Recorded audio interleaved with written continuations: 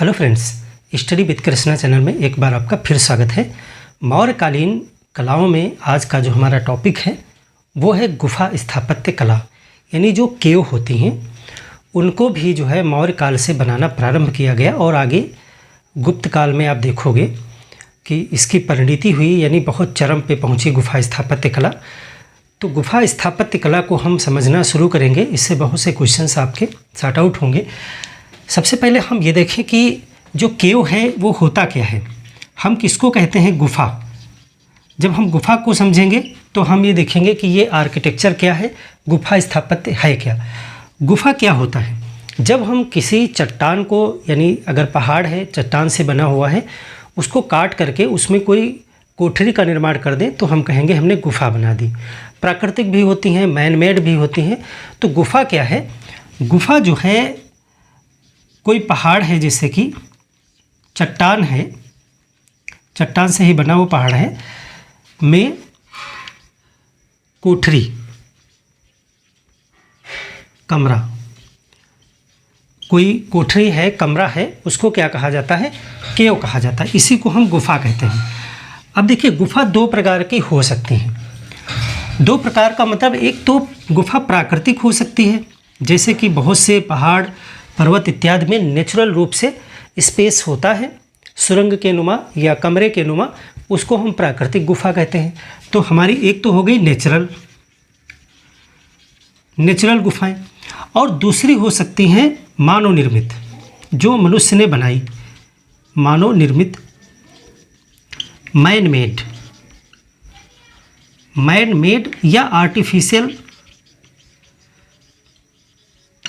Artificial. तो जब हम स्थापत्य की बात करते हैं, आर्किटेक्चर की बात करते हैं, तो हम प्राकृतिक की बात नहीं कर रहे हैं। आर्किटेक्चर है, गुफा स्थापत्य कला है, इसका मतलब है मनुष्य ने वो आर्ट डेवलप की है, तभी उसको हम आर्किटेक्चर में रखते हैं। तो मैन मेड की ही बात करनी है, लेकिन प्राकृतिक गुफाओं को भी आपको पढ़ना है। बहुत सी गुफाएं हैं। पाषाण काल से ही गुफाएं जो हैं वो मनुष्य के लिए या अन्य जानवरों के भी निवास स्थान के रूप में प्रयोग की जाती रही हैं। बहुत प्राचीन काल के साक्ष्यों में अगर जाओगे, जैसे भीमबेटका की गुफाएं मध्य प्रदेश के रायसेन जिले में आपको मिलती हैं। प्राकृतिक में उदाहरण के रूप में आप भीमबेटका लिख सकते हैं। भीमबेटका ये कहाँ है, ये हैं रायसेन जिले में, रायसेन मध्य प्रदेश। ये नेचुरल गुफाएं हैं। इसको आवास के रूप में मनुष्य ने इस्तेमाल किया। इसमें चित्रकला की, तो जब हम चित्रकला को पढ़ेंगे तब हम भीमबेटका की भी बात करेंगे। बहुत प्राचीन गुफाएं हैं।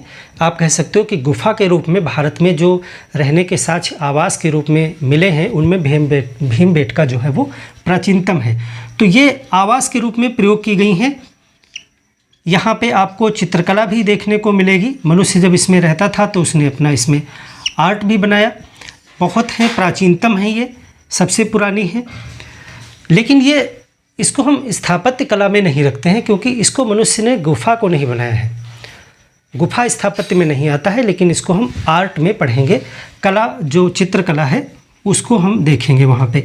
इसी तरीके से अगर हम सप्तपर्णी गुफाओं की बात करें, सप्तपर्णी या सप्तपर्णी गुफाएं, सप्तपर्णी गुफाएं जो है आपकी बिहार में है। बिहार में राजगीर में सप्तपर्णी गुफाएं हैं।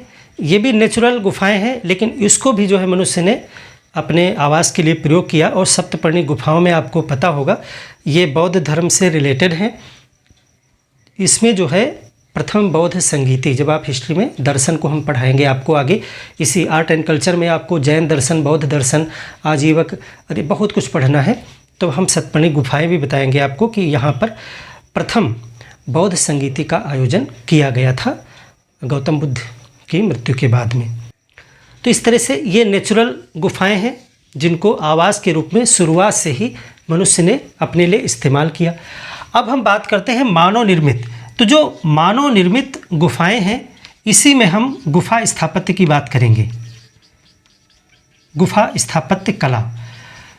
तो गुफा स्थापत्य कला का अर्थ क्या है कि चट्टान को काट करके, नेचुरल नहीं है, चट्टान को काट कर कोठरी का निर्माण करना, कोठरी का निर्माण करना, यही है गुफा स्थापत्य कला। तो शुरुआत में तो नेचुरल जो केव्स होती थी उसमें मनुष्य रहता था, फिर आपने देखा धीरे धीरे मनुष्य जो है डेवलप हुआ, उसने आवास का निर्माण करना शुरू किया। जब हम बात करते हैं पुरा पाषाण में तो वहाँ पर जो है प्राकृतिक आवास हैं, गुफाएं हैं, वृक्ष हैं, ये सब चीज़ें हैं। बाद में धीरे धीरे आप सिंधु घाटी की सभ्यता तक जब आते हैं तो सिंधु घाटी की सभ्यता में आपने देखा मनुष्य आवास बनाने में बहुत निपुण हो गया था, यानी कि आर्किटेक्चर डेवलप हो गया था। सिटीज़ आपने पढ़ी किस प्रकार से डेवलप थी। उसके बाद में जब हम दूसरा फेज़ देखते हैं तो वो आता है मौर्यकालीन, यानी सिंधु घाटी की सभ्यता और उसके बाद मौर्यकाल। इसके बीच का जो गैप है 1000 से लेकर 1500 वर्ष का जो गैप है, उसमें आर्कियोलॉजी से रिलेटेड साक्ष्य बहुत कम मिलते हैं, यानी मनुष्य के आवास कैसे थे या किस तरह से निर्मित करता रहा होगा उसके हमें पुरातात्विक साक्ष्य नहीं मिलते हैं। पहले आपको हमने ये चीज़ पिछली क्लास में भी बताई थी, तो इसलिए हम उसको छोड़ के चलते हैं कि उसमें आर्किटेक्चर जैसा पढ़ने के लायक कुछ नहीं है। तो सिंधु घाटी की सभ्यता के बाद में सीधे हम कहाँ आ जाते हैं, मौर्य काल पर। मौर्य काल के बाद में हम उत्तर मौर्य पढ़ेंगे, उसके बाद में हम गुप्ता फेज को पढ़ेंगे, गुप्त काल को पढ़ेंगे। तो ये मौर्य काल जो है, मौर्य काल से बहुत सी चीज़ों को हमें फिर से देखना है। आर्किटेक्चर में हमने अशोक के स्तंभ को पढ़ा, स्तूप को अभी हम पढ़ेंगे, और आज हम जो शुरू करेंगे वो मौर्यकालीन गुफाओं के विषय में शुरू करेंगे। तो क्या गुफाओं का निर्माण जो मनुष्य के द्वारा किया गया, क्या यह मौर्य काल से प्रारंभ हुआ या बहुत पहले से चला आ रहा था? तो देखिए, जहाँ तक अभी ज्ञात है तो ये पता चलता है कि जो सबसे पुरानी गुफाएं मैन मेड कृत्रिम प्राप्त हुई हैं वो बराबर हिल्स और नागार्जुनी हिल्स में प्राप्त हुई। वो जो है मौर्य काल के फेज़ में बनाई गई, यानी 300 ईस्वी पूर्व में, तीसरी सदी जो थी ईस्वी पूर्व में वो बनाई गई। इसका मतलब ये है कि गुफा स्थापत्य कला का जो प्रारंभ है वो मौर्य काल से आप कह सकते हो, ये ज्ञात है। इसके पहले का कोई प्रमाण अगर निकल आए बाद में तो अभी तक ज्ञात नहीं है, तो हम क्या कहेंगे कि गुफाओं का निर्माण चट्टान को काट करके प्रारंभ कब हुआ, मौर्य काल में। तो ये मौर्य काल की जब हम बात कर रहे हैं, अभी मौर्य काल से प्रारंभ इसका कह सकते हो, प्रारंभ हुआ गुफा स्थापत्य। मौर्य काल की जो गुफाएं हैं वो बहुत अर्ली फेज़ की हैं, यानी शुरुआत हुई है, अभी बहुत ज़्यादा एडवांस गुफाएं नहीं हैं। जब हम उत्तर मौर्य में आएंगे, यानी मौर्य जब ख़त्म हो रहा है मौर्य काल, उसमें आप देखोगे कि गुफाएं जो हैं और ज़्यादा एडवांस बनने लगी। और फिर जब हम गुप्त काल तक पहुँचेंगे तो आप देखोगे कि विहार और चैत्य बहुत बड़े बड़े बने, और जो चैत्य होते थे बहुत अलंकृत, सुसज्जित और इस तरह से बनने लगे। तो मौर्य काल से प्रारंभ हुआ, यानी कि आप कह सकते हो तीसरी शताब्दी, चौथी शताब्दी ईस्वी पूर्व से ये चीज़ें शुरू हुई, और 12वीं सदी तक एडी वहाँ तक ये गुफा निर्माण दिखाई पड़ता है। तो मौर्य काल से प्रारंभ हुआ, आप इसको कह सकते हो कि चौथी सदी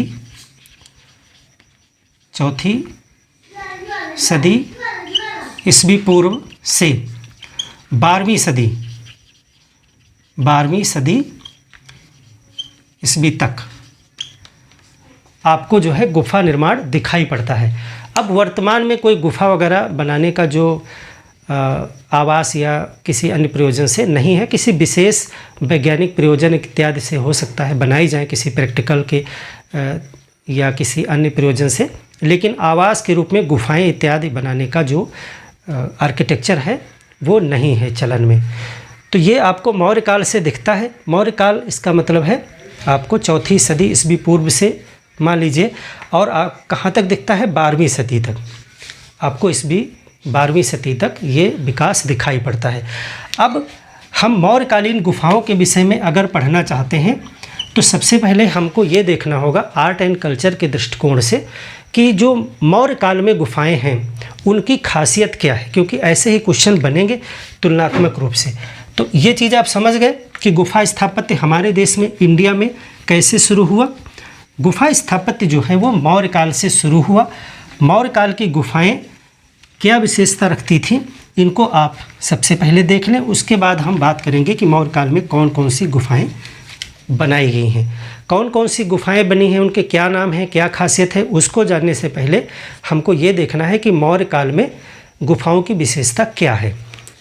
तो मौर्यकालीन, हेडिंग डालिए, मौर्यकालीन गुफा। गुफा या इसको गुम्फा भी कहते हैं, गुम्फा निर्माण की विशेषताएं।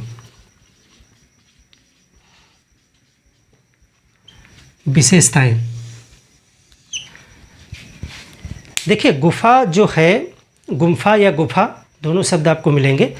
ये खास करके जैन धर्म की विशेषता मानी जाती है, यानी जैनिज्म जो है उसमें गुफा निर्माण देखा जाता है। लेकिन वर्चस्व जो देखा गया बाद में वो बौद्ध धर्म में देखा गया। गुफाएं दो प्रकार की होती हैं, जो प्राचीन इतिहास में आप पढ़ोगे, बिहार और चैत्य, दो प्रकार की गुफाएं आपको देखने को मिलेंगी। लेकिन शुरुआत बिहार से हुई। अभी बिहार और चैत्य क्या होते हैं उस पर भी हम बात करेंगे। शुरुआत हुई बिहार के रूप में। मौर्यकालीन जो गुफाएं हैं ये अभी तक ज्ञात सबसे प्राचीन गुफाएं हैं। देखिए, सबसे पहली चीज़ तो ये है कि यहाँ से गुफा निर्माण का उद्भव है। गुफा निर्माण का प्रारंभ आप कह सकते हो। अभी हमने आपको बता दिया गुफाएं पहले भी हैं, लेकिन वो आवास के रूप में प्रयोग की गई हैं। निर्माण आपका जो है यहाँ से है। कैसे निर्माण हुआ है? जो मौर्य काल की जो भी गुफा आप देखोगे ये ग्रेनाइट चट्टानों को काट करके बनाई गई हैं। ग्रेनाइट चट्टानों को काट कर निर्मित की गई हैं। ग्रेनाइट क्या होता है? ग्रेनाइट चट्टान जो है वो कठोरतम चट्टानों में गिनी जाती है। ये एक प्रकार की इग्नियस राख है। ग्रेनाइट चट्टानें क्या हैं? भूगोल में आप पढ़ोगे, ये आग्नेय चट्टानें हैं। इग्नियस आग्नेय चट्टानें होती हैं और बहुत ही कठोर चट्टानों में गिनी जाती हैं। इनको काटना आसान नहीं होता है। जब हम इस तरह के रॉक कट स्ट्रक्चर की बात करेंगे, देखिए शैल कर्तित स्थापत्य, इसको गुफा स्थापत्य को आप एक और नाम दे सकते हैं, शैल कर्तित स्थापत्य, रॉक कट आर्किटेक्चर। यानी चट्टान को काट करके कोई निर्मित करना, कोई चीज़, गुफा, मंदिर, तो इसमें बहुत सी चीज़ें बनाई गई। जब हम शैल कर्तित यानी चट्टान को काट करके रॉक कट स्थापत्य की बात करेंगे तो इसमें आपको गुफाएं मिलेंगी। और इस प्रकार की गुफाएं मौर्य काल के समय से ही बनना प्रारंभ हो गई थी। गुफाएं शुरुआत में बिहार के रूप में बनी और बाद में वो चैत्य के रूप में भी बनी। बिहार और चैत्य दो प्रकार की गुफाएं आपको देखने को मिलेंगी। बिहार और कुछ नहीं है, बिहार वाली गुफाएं जो होती थी उसमें रहते थे भिक्षुक लोग। देखिए, भारत में जो स्थापत्य कला का, गुफा का जो ये स्थापत्य कला है, ये धर्म से जुड़ा हुआ है, धार्मिक प्रयोजन से जुड़ा है। ज़्यादातर जो है वो जैन, बौद्ध और आजीवक और कुछ हिंदू भी यही गुफाओं के धार्मिक प्रयोजन से बनाई जाती थीं। कुछ गुफाएं राजा बना करके इन धार्मिक भिक्षुओं को दान में दे दिया करते थे, जैसे अभी आप मौर्य काल में देखोगे, और कुछ जो है वो इन्हीं भिक्षुओं के प्रयासों से भी बनी थी। जब हम बात कर रहे थे शुरू में कि मौर्य काल की जो कला है वो दो भागों में बटी है, दरबारी कला और लोक कला। दरबारी कला का मतलब है जो राजाओं ने बनाई, तो गुफाएं जो हैं वो दोनों में आ जाती हैं। कुछ गुफाएं राजाओं ने बनवाई हैं और उनको बाद में जनता को दान में दिया है, कुछ गुफाएं जनता के प्रयास से भी बनी हैं। तो गुफाएं शैल कर्तित स्थापत्य हैं, यानी कि वो रॉक कट स्ट्रक्चर हैं, चट्टान को काट के बनाया गया है।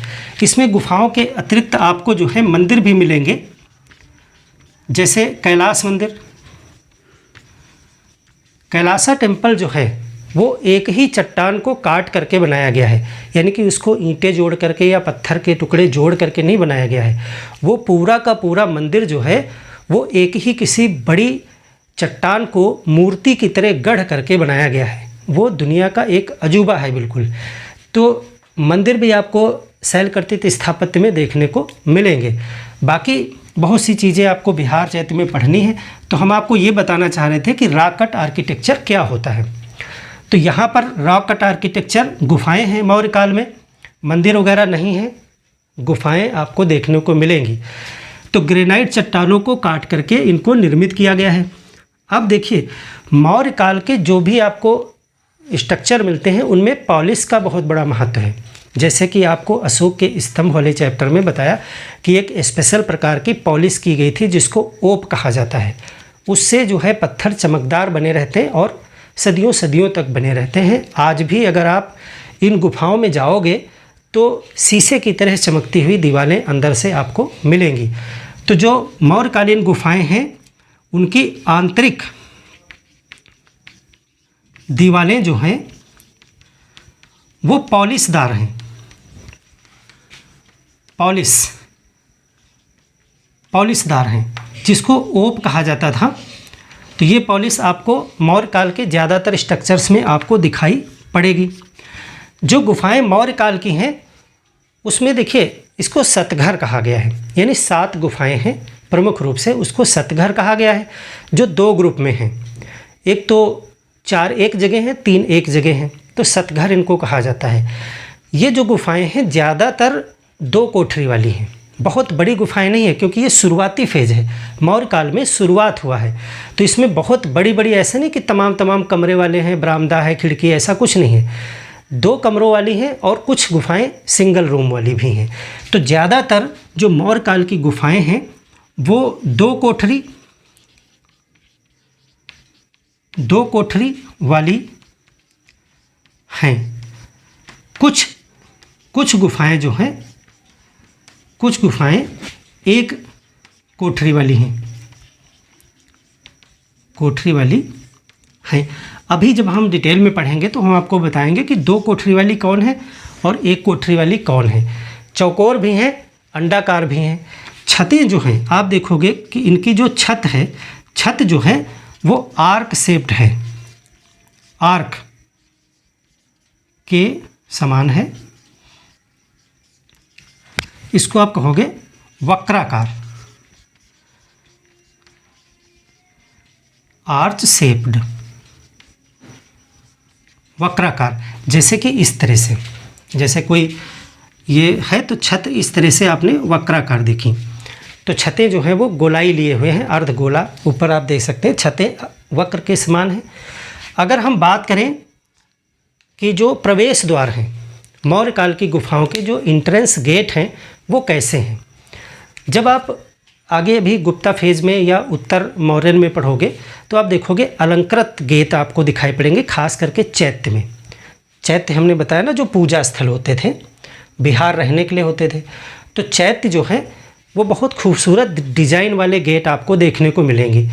तो ये चैत्य जो अलंकृत गेट बनाने की परंपरा है वो मौर्य काल से दिखाई पड़ जाती है। लेकिन मौर्य काल में ज़्यादा गुफाओं में अलंकृत गेट नहीं है।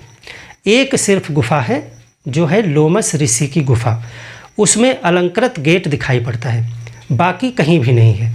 बाकी सब जगह चौकोर सामान्य गेट हैं, चौकोर सामान्य प्रवेश द्वार आपको देखने को मिलेंगे। लेकिन विशेषता क्या है, अलंकृत गेट बनना प्रारंभ हो गया था। इसका मतलब है कि ये जो आगे गुप्ता फेज वगैरह में आप अजंता में या आप बहुत सी गुफाओं में जो है भाजा चैत्य में, कारले चैत्य में देखोगे जो अलंकृत प्रवेश द्वार बने हुए हैं, इनका प्रारंभ आप कहाँ से कह सकते हो, मौर्य काल से ही हो चुका था।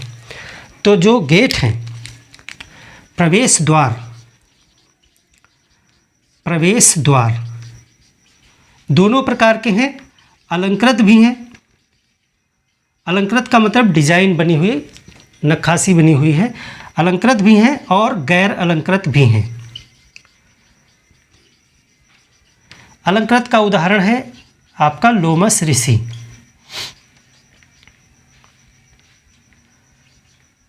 लोमस ऋषि की गुफा, अभी हम इसको डिटेल में पढ़ाएंगे, बराबर गुफा में है ये। लोमस ऋषि की गुफा में अलंकृत गेट है और बाकी जितने भी अन्य हैं वो सब गैर अलंकृत हैं।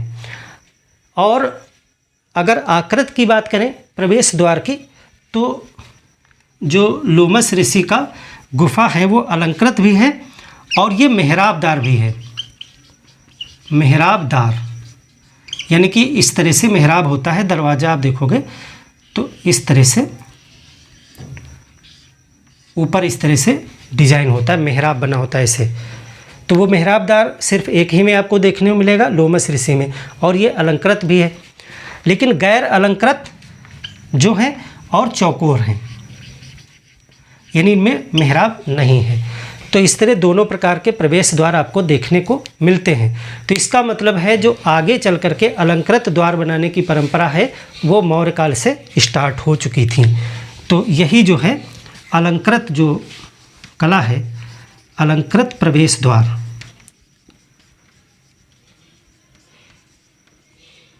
बनाने की कला का प्रारंभ हो चुका था। यहाँ से प्रारंभ हो चुका मौर्य काल से ही, मौर्य काल से ही ये हो गया। और ये किसकी प्रेरणा से है? देखो पहले जो लकड़ी का काम होता था मौर्य काल में, तो आप देखते होंगे लकड़ी में इस तरह से बहुत सी डिज़ाइनें इस तरह से बनाई जाती थी, जिसमें इस तरह बहुत कुछ बनाया जाता था। लकड़ी के स्ट्रक्चर में ऐसी चीज़ें आपको देखने को मिलती हैं। जब हम चंद्रगुप्त मौर्य की बात कर रहे थे तो उस समय लकड़ी का बहुत प्रयोग किया जाता था। तो इस तरह के लकड़ी के स्ट्रक्चर बनते रहे होंगे। बाद में अशोक ने उसको पत्थरों में जब कन्वर्ट करना शुरू किया तो वही लकड़ी से प्रेरणा लेकर के पत्थरों में भी इस तरह की डिज़ाइन बनाना शुरू किया गया। इसका मतलब यह है कि ये जो पत्थरों में अलंकृत प्रवेश द्वार बनाने की कला है वो किससे प्रेरित है? वो लकड़ी के अलंकरण से प्रेरित है। ये पॉइंट आप लिख लीजिएगा। लकड़ी के अलंकृत द्वार बनाने की प्रेरणा से ही ये पत्थर के या रॉक कट करने की जो कला है वहीं से प्रेरित है डिजाइन। तो ये देखा आपने कि अग्नेय चट्टान में बने हैं आंतरिक दीवारें क्या हैं? पॉलिशदार हैं, 2 कोठरी हैं, कुछ में 1 कोठरी भी है, छतें आर्क शेप्ड हैं और प्रवेश द्वार दोनों प्रकार के आपको दिखाई पड़ते हैं। अब कुछ और फीचर्स हैं जो अक्सर आपको आगे देखने को मिलेंगे। तो क्या मॉडर्न फेज में वो हैं या नहीं है, इसको आपको गौर करना चाहिए। खिड़की, झरोखा, क्या मौर्य फेज में जो गुफाएं हैं उसमें खिड़कियां, बरामदे, आंगन है? नहीं है। तो जो मौर्यकालीन गुफाएं हैं उसमें देखिए खिड़कियां या झरोखा, बरामदे, स्तंभ नहीं है, नहीं पाए जाते। यानी कि जो मौर्य काल की गुफाएं हैं उसमें आपको ना तो बरामदा दिखाई पड़ेगा, जबकि आप आगे एलोरा वगैरह में पहुंचोगे तो बरामदा भी आपको देखने को मिलेगा। यहाँ पे बरामदा नहीं है, सीधे दरवाजे से आप घुसे सीधे गुफा के अंदर आ गए। क्या झरोखे, हवा और प्रकाश आने के लिए कोई भी खिड़की नहीं है। जब आप मौर्य काल की गुफाओं के अंदर जाओगे तो घुप अंधेरा है, यानी सिर्फ एक दरवाज़ा है, कोई विंडो नहीं है। स्तंभ का प्रयोग छत वगैरह रोकने के लिए, बरामदे वगैरह रोकने के लिए क्या स्तंभ वगैरह है? नहीं, मौर्य काल में नहीं दिखाई पड़ता। जब बरामदे नहीं है तो स्तंभ भी नहीं है। तो ये चीज़ें नहीं हैं। गूंज प्रभाव है, चूँकि चारों तरफ से बंद है, एक इंट्रेंस है, तो उसमें अगर आप कोई भी ध्वनि करते हो तो गूंजती है। तो मौर्यकालीन गुफाओं में गूंज प्रभाव आपको दिखाई पड़ता है, ये चीज़ नोट किया। और आप क्या देखेंगे कि गूंज प्रभाव, इको करती है आवाज़, पाया जाता है। आंगन भी आप लिख लीजिएगा, आंगन भी नहीं है, यानी कि सीधे बस एक एंट्री और सीधे गुफा में आ गए, आंगन वगैरह कुछ नहीं है। तो अब मौर्यकालीन गुफा की विशेषताएं अगर आपसे पूछी जाए तो इतनी ही विशेषताएं आपको बतानी है कि गुफाएं क्या हैं। 2 कोठरी वाली हैं, सामान्यतः ज़्यादातर 2 कोठरी वाली हैं। 1 गुफा, 2 गुफाएं मिलेंगी जिसमें 1 कोठरी है। अग्नेय चट्टान को काट के बनाया गया है। और ये गुफाएं जो मौर्यकालीन गुफाएं हैं ये किस प्रयोजन से बनाई गई थी? ये बिहार के प्रयोजन से बनाई गई थी। हमने आपको बताया कि गुफाएं जो हैं वो बिहार और चैत्य 2 रूपों में आपको मिलेंगी आगे जब आप पढ़ोगे। लेकिन मौर्य काल की गुफाएं चैत्य के रूप में नहीं प्रयोग की जाती थी। हालांकि बाद में इसमें बौद्ध धर्म का जब वर्चस्व बढ़ा तो इसको बौद्ध धर्म ने अपने प्रयोजन में लिया, लेकिन शुरुआत में ये गुफाएं आजीवक संप्रदाय के लिए दी गई थी अशोक के द्वारा और दशरथ के द्वारा बनवा करके। तो ये जो गुफाएं हैं ये जो है सतघर के नाम से भी जानी जाती हैं। देखिए सतघर, इसको ज़रा मैं मिटा दूं फिर मैं लिखता हूँ। ये आपने लिख लिया। अब हम गुफाओं के विषय में बात करते हैं। किसने बनवाया और कौन कौन सी गुफाएं हैं, आपने इनकी विशेषताएं पहले देख ली। अब हम देखते हैं गुफाएं।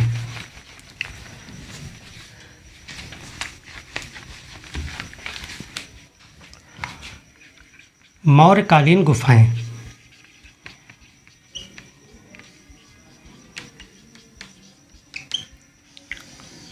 मौर्य के समय की जो गुफाएं हैं वो अशोक से लेकर दशरथ, दो ही राजा हुए मौर्य में जो जिन्होंने गुफाओं का निर्माण कराया है, अशोक ने और दशरथ ने। बिंदुसार वगैरह के समय में या चंद्रगुप्त मौर्य के समय में कोई गुफा वगैरह का निर्माण नहीं हुआ था। तो मौर्यकालीन जो गुफाएं हैं इनको कहा जाता है सतघर, सात घर। सतघर का मतलब है, इसका मतलब है 7 गुफाएं। 7 गुफाएं हैं जो 2 ग्रुप में हैं। ये 7 गुफाएं जो हैं वो 2 जगह हैं। पहली गुफाएं जो हैं उनको कहा जाता है बराबर की गुफाएं, बराबर गुफाएं। और जो दूसरा ग्रुप है उसको कहते हैं नागार्जुनी गुफाएं, नागार्जुनी गुफाएं। पास पास में ही स्थित हैं, ज़्यादा दूरी पर नहीं है, बिहार में है दोनों ही। बराबर की गुफाएं कहाँ हैं? ये बराबर पहाड़ियों में है। देखिए बराबर पहाड़ी, उसी पहाड़ी के नाम से जो है बराबर पहाड़ी में, ये आपका जहानाबाद बिहार में पड़ेगा। जहानाबाद बिहार जगह है, यहाँ पर ये गुफाएं हैं बराबर की पहाड़ियों में। और जो नागार्जुनी गुफाएं हैं ये नागार्जुनी पहाड़ियों में हैं, नागार्जुनी पहाड़ी। और ये आपका पड़ेगा गया बिहार, गया बिहार। अगर आप मैप पे देखने की कोशिश करेंगे तो ये आपका इंडिया है और यहाँ पर आपका पड़ेगा बिहार। ये स्टेट है आपका बिहार और यहीं पे आप कह सकते हो कि ये दोनों ही गुफाएं स्थित हैं, नागार्जुनी और बराबर की गुफाएं। जिसमें बराबर की गुफाएं सबसे पहले की हैं, नागार्जुनी गुफाएं बाद में बनवाई गई। किसने बनवाया ये आपसे पूछा जाता है। तो बराबर की गुफाएं हमने टोटल बताया कि ये 7 घर हैं, 7 घर हैं। तो इसमें हैं 4 गुफाएं, 4 गुफाएं हैं बराबर में और 3 गुफाएं हैं आपकी नागार्जुनी में। 3 गुफाएं। जो बराबर की 4 गुफाएं हैं इसको बनवाया था अशोक ने, अशोक ने बनवाया था। और ये 3 गुफाएं जो हैं अशोक के पौत्र दशरथ ने बनवाया था। दशरथ कौन था? अशोक का पुत्र, पौत्र, पोता, अशोक का पौत्र। तो मौर्य काल में ये दोनों ग्रुप बनवाए गए हैं। अशोक ने इन गुफाओं का निर्माण करवाया। बराबर की गुफाओं में 4 गुफाएं बनवाई थी ग्रेनाइट को काट करके और फिर इसको दान में दे दिया। अशोक ने इन गुफाओं को बनवा करके दान में दे दिया। किसको दे दिया? आजीवक संप्रदाय को। देखिए ये चीज़ खास है कि बराबर की गुफाएं अशोक ने बनवाई थी, बनवाई और आजीवक संप्रदाय को दान में दे दी। आजीवक संप्रदाय को दान में दे दी, दान कर दी थी। और सेम यही चीज़ दशरथ ने भी की थी। यहाँ दशरथ ने बनवाया था और आजीवक संप्रदाय को दान में दे दिया था, संप्रदाय को दान कर दिया था ये गुफाएं। इसका मतलब ये है कि जो प्रारंभ में गुफाएं बनी हैं वो आजीवक संप्रदाय के द्वारा बिहार के रूप में यूज की गई थी। इनका प्रयोग बिहार के रूप में किया गया, बिहार के रूप में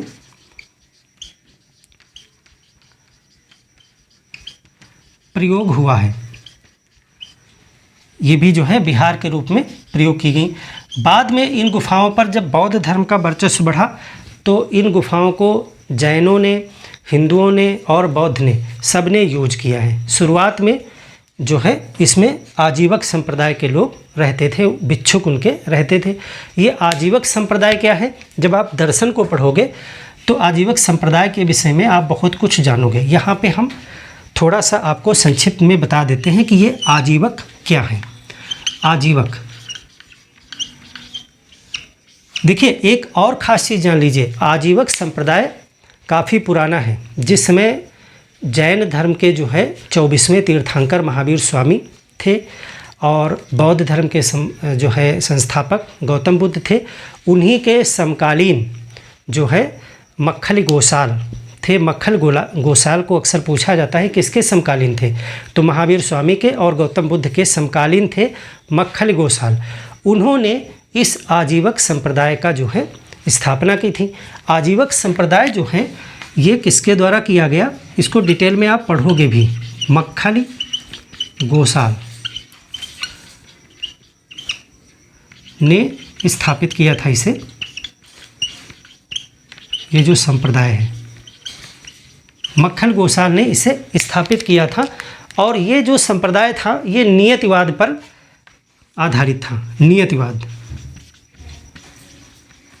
यानी कि कर्म में विश्वास नहीं करते थे, कर्म में विश्वास नहीं। ये भौतिकवादी हैं, इसको सब डिटेल में मैं आपको बताऊंगा, एक एक चीज़ का मतलब भी बताऊंगा जब मैं पढ़ाऊंगा। ये भौतिकवादी हैं, कर्म में विश्वास नहीं करते हैं, इनको भाग्य पे ज़्यादा भरोसा है, भाग्य पर ज़्यादा विश्वास करते हैं। इनका मानना है कि जो भी है वो नियत है। नियतवाद का मतलब है कि कर्म के द्वारा आप नियत को बदल नहीं सकते हैं, सब कुछ जो है पहले से डिसाइडेड है, जो होना है वही होगा। इसीलिए ये लोग भौतिकवादी हैं, यानी भौतिक जो सुख हैं, भौतिक चीज़ें हैं, उनका उपयोग करना चाहिए। कर्म में विश्वास नहीं करते हैं कि कर्म का फल आपको मिलेगा आगे चल के। कर्मवाद जो होता है उसको मैं बताऊंगा क्या होता है कर्मवाद। भाग्य पर इनको ज़्यादा भरोसा है, नियत पर ज़्यादा भरोसा है। तो ये जो है आजीवक संप्रदाय हुआ करता था। और मक्खल गोसाल जो हैं ये, इनके विषय में आप जानेंगे कि ये महावीर स्वामी जो 24वें तीर्थंकर हैं जैनिज्म के, और गौतम बुद्ध के समकालीन हैं, यानी उन्हीं के समय के ये भी हैं, तो ये समकालीन हैं। तो इसी आजीवक संप्रदाय के भिक्षुओं को ये गुफाएं शासकों के द्वारा दान में दी गई थी।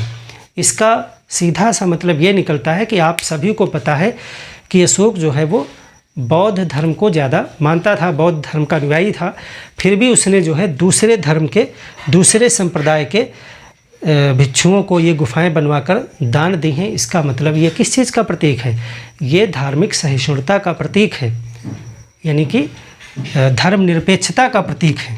इसको दान में देना क्या है, ये धर्मनिरपेक्षता का प्रतीक है। आप लिख भी सकते हैं, यह जो है धार्मिक सहिष्णुता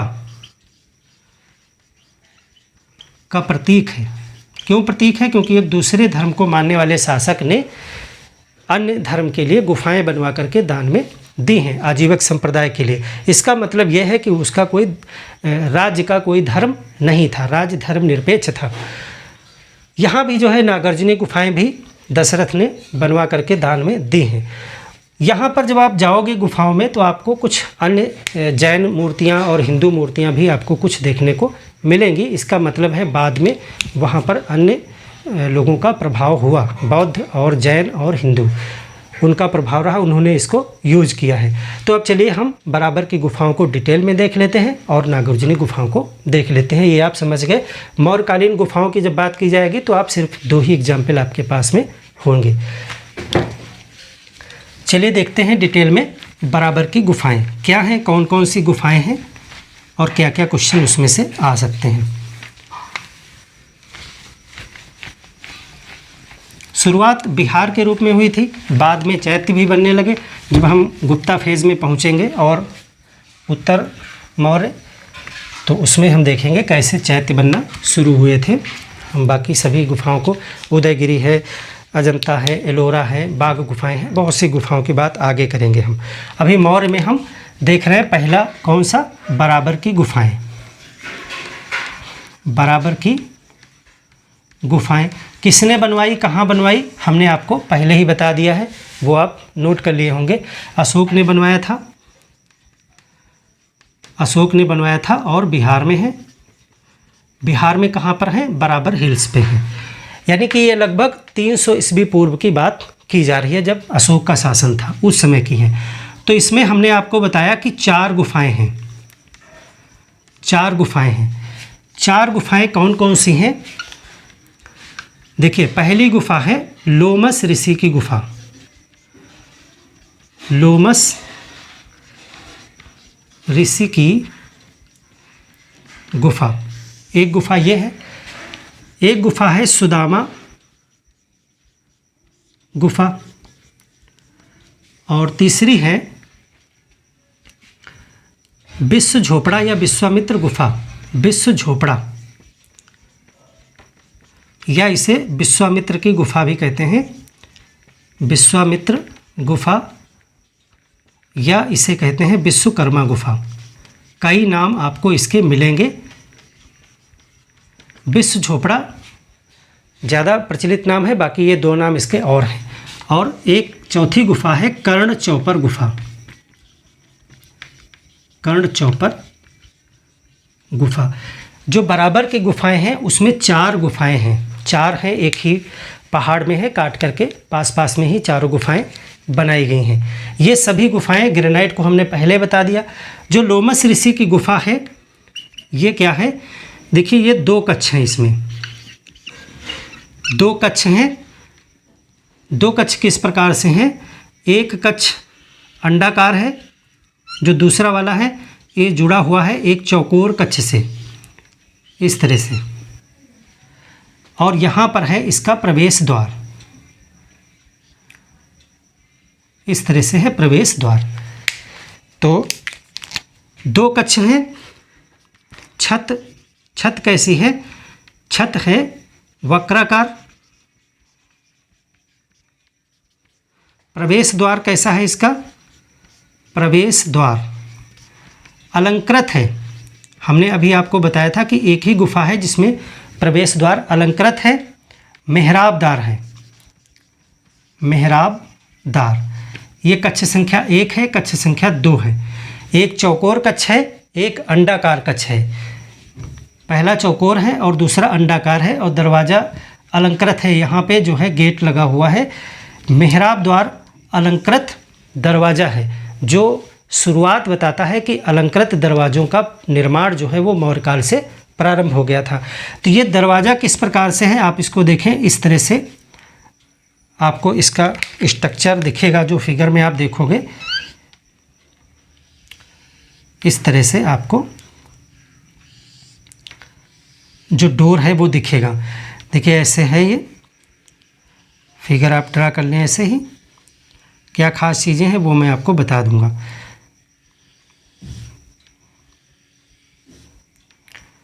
आप गूगल करिएगा इस पिक को, इस तरह से आपको देखने को मिलेगा।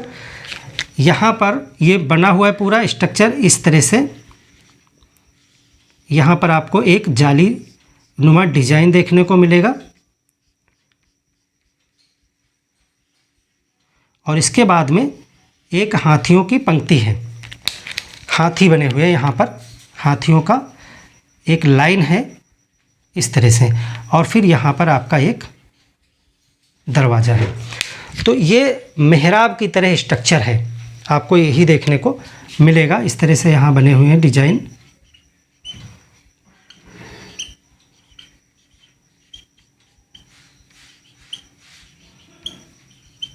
इस तरह से ये क्या है, ये जालीदार डिजाइन है, इसमें जालीदार डिजाइन। इन चीज़ों को आपको देखना है। हाथी की पंक्ति, ये सब क्वेश्चन आपके बन सकते हैं। पंक्ति, क्योंकि ये मौर्य काल की एकमात्र गुफा है जिसमें अलंकृत दरवाज़ा है, जो आगे के लिए प्रेरणा है। गुप्ता फेज में या उत्तर मौर्य में जो अलंकृत चैत्य बनना शुरू होंगे उसकी प्रेरणा लोमस ऋषि के गुफा से ही मिलती है। यहीं से प्रारंभ हुआ है, सबसे पुराना अलंकृत यही है। तो इसमें एक जालीदार डिजाइन है जो आर पार नहीं है, सिर्फ नक्काशी कटी हुई है। इसके नीचे हाथियों की एक पंक्ति है जो सेंटर की तरफ जा रहे हैं, यानी केंद्र की तरफ जा रहे हैं, और फिर ये आपको दरवाज़ा मिलता है।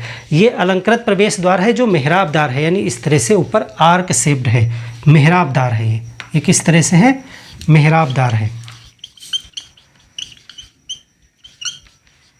अलंकृत प्रवेश द्वार, ये इसकी खासियत है लोमस ऋषि की गुफा की। बाकी आपको पता ही है, सब हमने पहले बता दिया कि अंदर पॉलिश है, बिहार के रूप में प्रयोग की जाती थी। और एक चीज़ और जाने कि यहाँ पर कोई भी लेख नहीं मिला है, लेख नहीं मिला, यानी कि इस गुफा में कोई शिलालेख या कुछ भी इंस्क्रिप्शन नहीं है, लिखा हुआ कुछ भी नहीं मिला। लेकिन जो अन्य ग्रुप की गुफाएं हैं वहाँ से पता चलता है कि इसको अशोक ने बनवाया था, उसमें लिखा हुआ है, और इसको आजीविकों को दान में दिया था। तो ये है। सुदामा की गुफा क्या है? सुदामा की गुफा वहीं पास में ही है, और ये भी 2 कक्ष वाली है। ये इसमें भी 2 कक्ष हैं। 2 कक्ष किस प्रकार से हैं? इसमें एक गोल कक्ष है, इसमें अंडाकार है, इसमें गोल है, और दूसरा चौकोर है, लेकिन इसमें चौकोर दरवाज़ा है। यानी कि 2 कक्ष इसमें भी है, ये पहला और ये दूसरा। प्रवेश यहाँ से करेंगे, फिर यहाँ से होके इसमें आ जाएंगे गोलाकार कक्ष में। ये भी सब पालिशदार हैं। पालिश है कहाँ? अंदर, बाहर नहीं, बाहर तो पर्वत है, चट्टान है। अंदर गुफा में जाओगे तो दीवारें चमकती हुई आपको मिलेंगी, पालिशदार है। छत वक्राकार है, छत वक्राकार। प्रवेश द्वार कैसा है? प्रवेश चौकोर है, यानी कोई मेहराबदार नहीं है, बिना अलंकरण है, कोई अलंकरण भी नहीं है। अलंकरण, यहाँ पर एक लेख मिला है, लेख मिला है। उस लेख में क्या लिखा? उसमें यही जिक्र है कि इसको किसने बनवाया और किसे दिया है। तो सुदामा की गुफा, विश्व का झोपड़ा, कर्ण चौपर गुफा, ये सब एक जैसी हैं। इनमें सब में जो है बस थोड़ा सा अंतर है, उतना में आपको, यानी कि ये सभी विशेषताएं आपको यहाँ भी देखने को मिलेंगी। यहाँ भी आपके विश्व झोपड़ा में 2 कक्ष हैं, दोनों चौकोर हैं, ये आप याद रखिएगा, दोनों चौकोर हैं, यानी यहाँ गोल और अंडाकार हैं, यहाँ दोनों चौकोर हैं। यहाँ भी आपको एक लेख मिलता है। कर्ण चौपर की गुफा में आपको एक चीज़ याद रखनी है, यहाँ पे 1 कक्ष है, चौकोर। बस इतना आपको अंतर याद रखना है। बाकी सभी गुफाएं पॉलिशदार हैं, अंदर से चमकदार हैं, सभी के दरवाजे जो हैं वो इसी प्रकार से सेम हैं। प्रवेश द्वार बिना अलंकरण, ये यहाँ भी आपकी विशेषता है और यहाँ भी विशेषता है।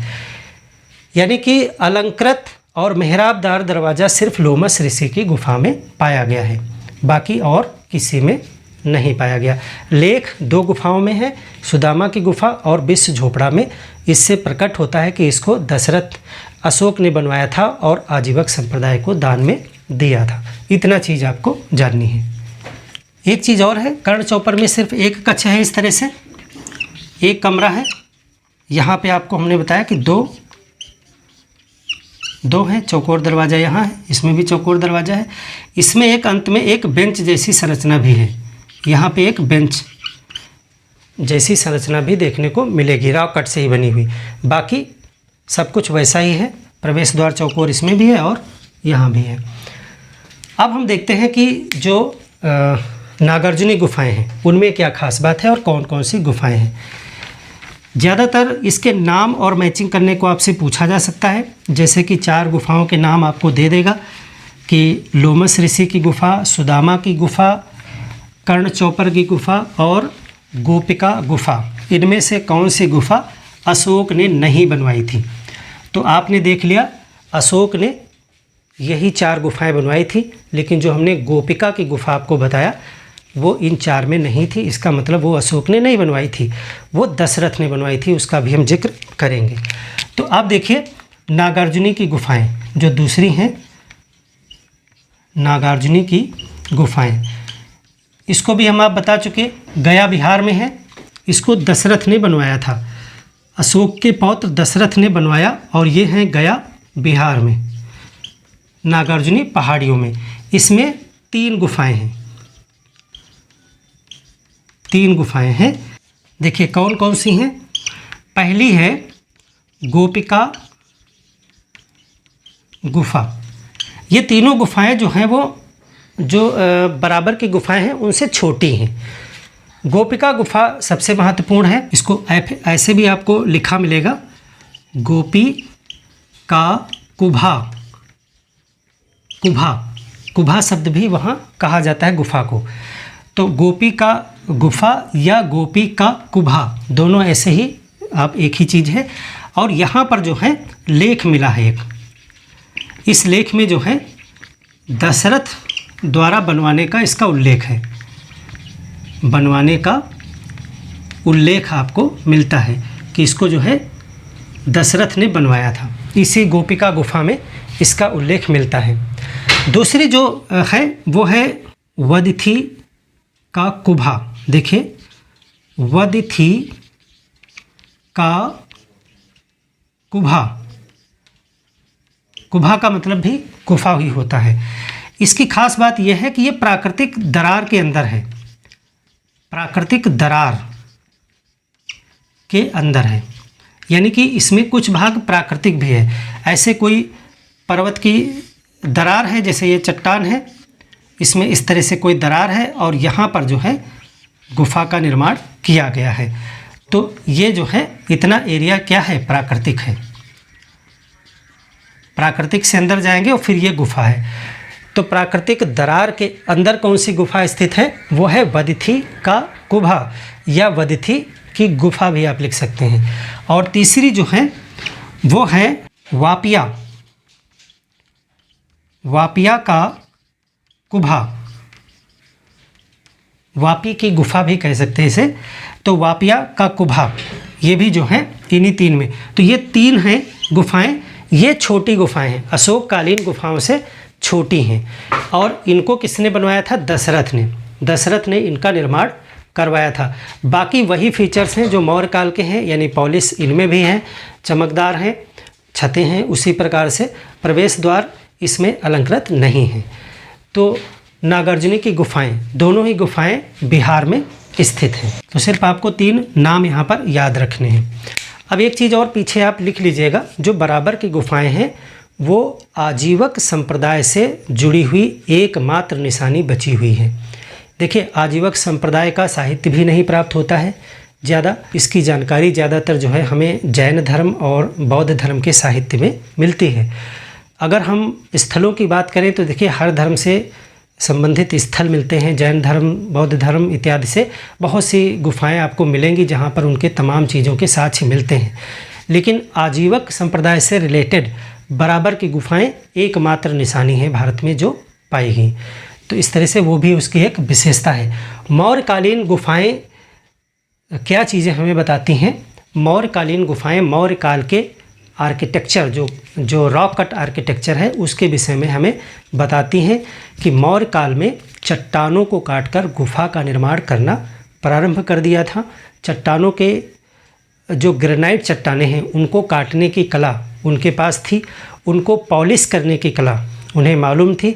आज भी जब हम इन गुफाओं के अंदर जाते हैं तो अपना प्रतिबिंब भी आप इनकी दीवारों में देख सकते हैं। सोचिए कितनी टेक्नोलॉजी का प्रयोग किया गया।